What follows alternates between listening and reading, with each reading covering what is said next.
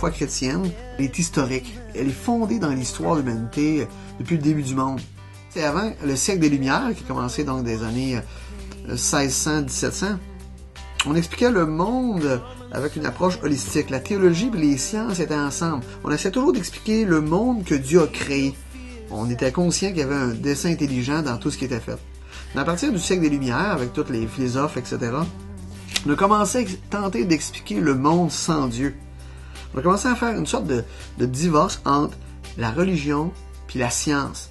On a mis d'un côté les faits qu'on a attribués juste à la science, puis à la religion, on a juste mis des éléments d'opinion, d'impression, etc., de foi. Comme si la foi n'était pas comme évaluable. Puis il y a toutes sortes de préjugés par rapport au christianisme, puis les gens ont besoin d'être éclairés pour prendre une décision. Le christianisme, il est vrai. Il est basé sur des certitudes historiques, sur des certitudes morales, sur des évidences qui demandent un jugement, qui demandent de se prononcer. Le christianisme, il est pertinent. La foi chrétienne, elle est là pour les vrais besoins des gens. Pas juste des besoins mercantiles ou toutes sortes de besoins imaginaires qu'on nous présente, mais des besoins que les gens ont réellement. Et ça, non seulement ici, mais partout sur le globe. Ce qui fait que, dans nos sociétés laïques, on parle beaucoup de mondialisation. Ben, c'est intéressant que la foi chrétienne est universelle. Elle déborde juste le camp des religions. Dieu, c'est un être relationnel. Dieu, c'est pas juste un concept d'idée, c'est pas juste une énergie cosmique, etc. C'est un être avec une identité particulière, tout puissant, créateur de toutes choses, et qui crée l'homme, et l'être humain est créé à l'image de Dieu.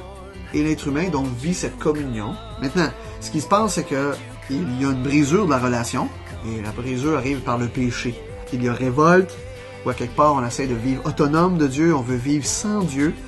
Et ça brouille la relation. Et ça fait penser peut-être à quelqu'un qui fait de la plongée sous-marine, il est à peu près à 1 kilomètre en dessous dans l'eau, dans l'océan. Et à un moment donné, s'il décide de couper son tube de respiration, parce que lui, il veut quand même être autonome et vivre libre de sa bouteille d'oxygène, il va réaliser rapidement que tu peux pas vivre longtemps sans ton oxygène. Et donc, il y a une brisure, et c'est ce que le péché a créé. Une brisure entre Dieu et l'humanité. Dieu veut rétablir la relation avec l'homme et il fait ce qu'on appelle un plan de sauvetage. Il crée donc la nation d'Israël et par cette nation-là qu'il a choisie, il arrive Jésus-Christ qui vient vivre la seule vie parfaite. Il meurt sur la croix pour payer la pénalité de nos péchés.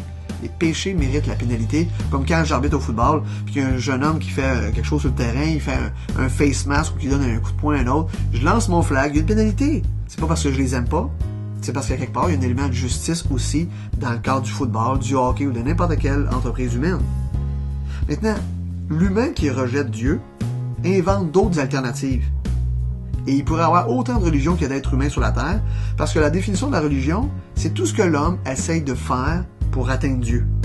Et c'est normal parce que dans la Bible, il est dit que dans le cœur de l'homme, il y a la pensée de l'éternité. Est-ce que la Bible, c'est un livre pertinent aujourd'hui? Ben, je pense que oui. Parce que la Bible donne des réponses par rapport à d'où vient ce monde. C'est des questions que les gens se posent. Comment les hommes sont apparus sur la Terre? Pourquoi est-ce qu'il y a le mal et la souffrance? D'où c'est l'origine, ça? D'où viennent les langues? Pourquoi il y a différentes langues dans le monde? Comment, par exemple, Israël, le peuple d'Israël qui est revenu à la naissance en 1948?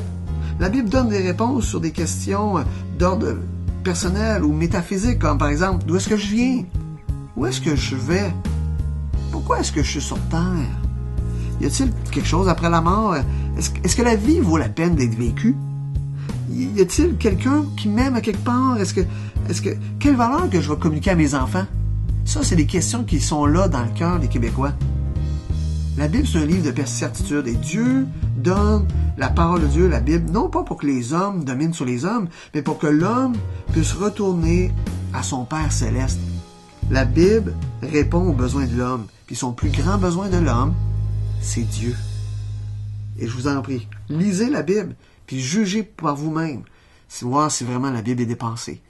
Ou si, par contre, elle répond vraiment aux véritables besoins des Québécois modernes.